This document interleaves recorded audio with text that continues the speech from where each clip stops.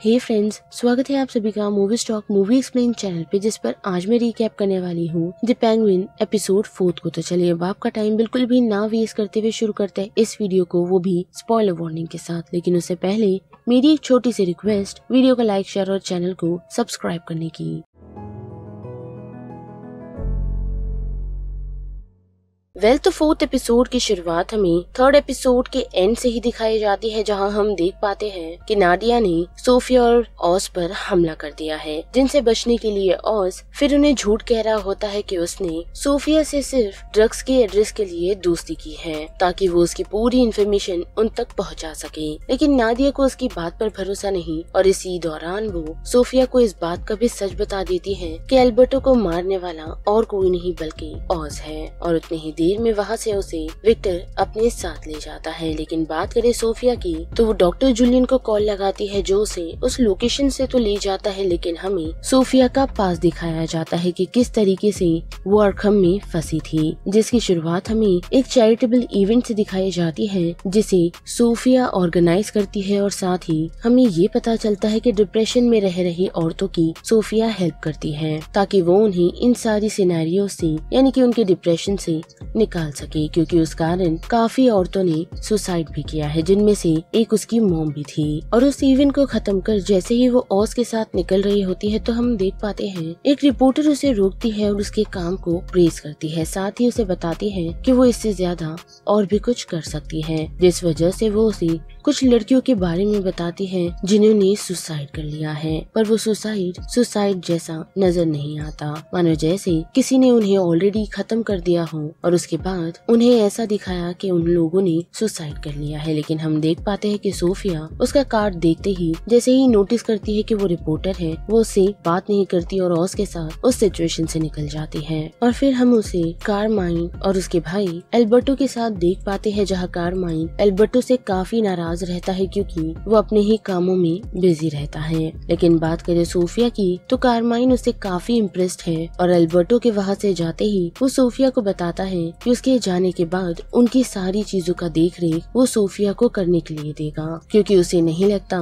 कि एल्बर्टो उन सारी चीजों के लायक है। साथ ही वो अपने फादर को अपनी मॉम के बारे में भी बताती है, जिन्हें वो अक्सर मिस कर रही है, क्योंकि उसके अकॉर्डिंग शायद ये सारी चीजें फाउंडेशन की वजह से है। लेकिन ऐसा नहीं, क्योंकि उसे ये सारी चीजें इसलिए याद आ रही है क्योंकि उस रिपोर्टर ने उन लड़कियों की सुसाइड के बारे में उसे बताया था, जो ठीक उसकी मॉम की तरह ही हुआ है, जिस वजह से वो एल्बर्टो से बातचीत करने की कोशिश करती है और ये जानने की भी कि उसके फादर के किसी और लड़की के साथ संबंध रहे हैं या नहीं, जिसका जवाब एल्बर्टो उसे ठीक से नहीं देता, जिस वजह से वो फिर से उसी जर्नलिस्ट के पास जाने का डिसाइड करती है। और हम देख पाते हैं कि वो सोफिया को कुछ पिक्चर्स दिखाती है उन लड़कियों की जिन्होंने फांसी लेकर खुद की जान ली है। लेकिन फोटोज देखने पर सोफिया और उस जर्नलिस्ट को ये क्लियरली समझ आता है कि उन लोगों ने सुसाइड नहीं बल्कि उनकी गला दबा के हत्या की गई है, जिसके साथ साथ उनके हाथों को देखकर क्लियरली ये समझ आ रहा है कि उन लोगों ने मरने से पहले काफी स्ट्रगल किया है। जो सुनते ही सोफिया उसे पूछती है कि एक्चुअल में उस जर्नलिस्ट को उससे क्या चाहिए, जिसके जवाब में वो उसे बताती है कि उसे उसके फादर के क्लब का एक्सेस चाहिए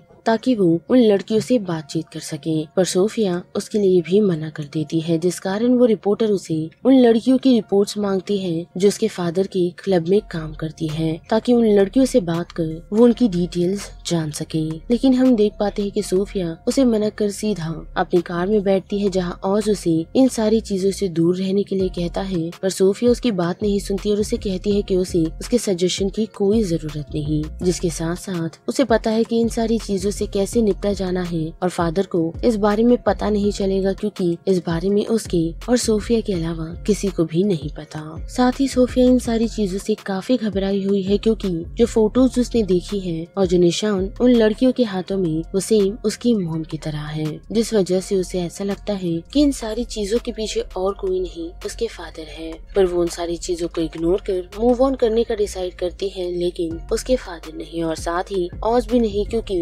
कारमाइन की बर्थडे सेलिब्रेशन में हम देख पाते हैं कि वो सोफिया को बुलाते हैं और उससे बातचीत करते हैं, जिस बातचीत में वो सोफिया को बताते हैं कि वो अक्सर एक रिपोर्टर से मिल रही है, जिसकी इन्फॉर्मेशन डेफिनेटली उन्हें ऑज ने ही दी है। और साथ ही सोफिया उन्हें बताती है कि वो उससे मिल तो रही थी लेकिन उसने उसे मिलने से मना कर दिया है। जिसके बाद उसके फादर उसे ये बताते हैं कि उन पर कुछ मर्डर चार्जेस लगे हैं, जिस वजह से ही वो रिपोर्टर उसकी बेटी के पीछे पड़ी है ताकि वो कुछ न कुछ इन्फॉर्मेशन उनसे जान सके। लेकिन हम देख पाते हैं कि सोफिया शांत हो जाती है और उनसे उसकी मॉम के डेथ के बारे में पूछती है, क्योंकि उस रात उसने अपने फादर के हाथ में नाखूनों के निशान देखे थे, जो शायद और किसी के नहीं बल्कि सोफिया के मदर के ही थे। पर कारमाइन उसका ठीक तरीके से जवाब नहीं देता और उसे इस पार्टी से जाने के लिए कहता है, ये बताते हुए कि उसने गलत डिसीजन लिया था कि वो इन सारे बिजनेस को सोफिया को हैंड ओवर कर देगा। और उस कारण सोफिया काफी अपसेट है। पर जब वो ऑज के साथ घर लौट ही रही होती है तो हम देख पाते हैं कि पुलिस वाले उसकी गाड़ी को रास्ते में रोक सोफिया को अरेस्ट कर लेते हैं, वो भी उन लड़कियों के मर्डर के केस में। और दूसरी सुबह उसे उसके लॉयर से पता चलता है कि उसके काफी सारे फैमिली मेंबर्स ने उसे पागल घोषित किया है, जिस कारण उसे 6 महीनों तक आर्खम में रहना होगा, जिसके बाद ही उस पर ट्रायल्स होंगे और कोई डिसीजन लिया जाएगा, जिसकी कोई भी इन्फॉर्मेशन न अल्बर्टो की थी और न ही सोफिया को। पर जैसे ही वो लोग सोफिया को वहाँ से ले जा रहे होते हैं तो अल्बर्टो उसे प्रॉमिस करता है कि वो उसे उस सिचुएशन से एनी हाउ निकाल कर रहेगा। पर हम देख पाते हैं कि लगभग 6 महीनों तक सोफिया को टॉर्चर किया जाता है और कंटिन्यूसली शॉक दिए जाते हैं इस कंफर्मेशन के लिए कि वो सच में पागल हो जाए। साथ ही उस समय उसके साथ मौजूद डॉक्टर जूलियन भी थे, लेकिन उसके सीनियर डॉक्टर के रहते वो सोफिया की हेल्प नहीं कर पाते थे। और ऐसे ही 6 महीनों तक उसने इन सारी चीजों को झेला, ये सोचकर कि उसे 6 महीनों बाद यहाँ से निकलना ही है। पर जब अल्बर्टो उसे 6 महीने बाद मिलने के लिए पहुँचा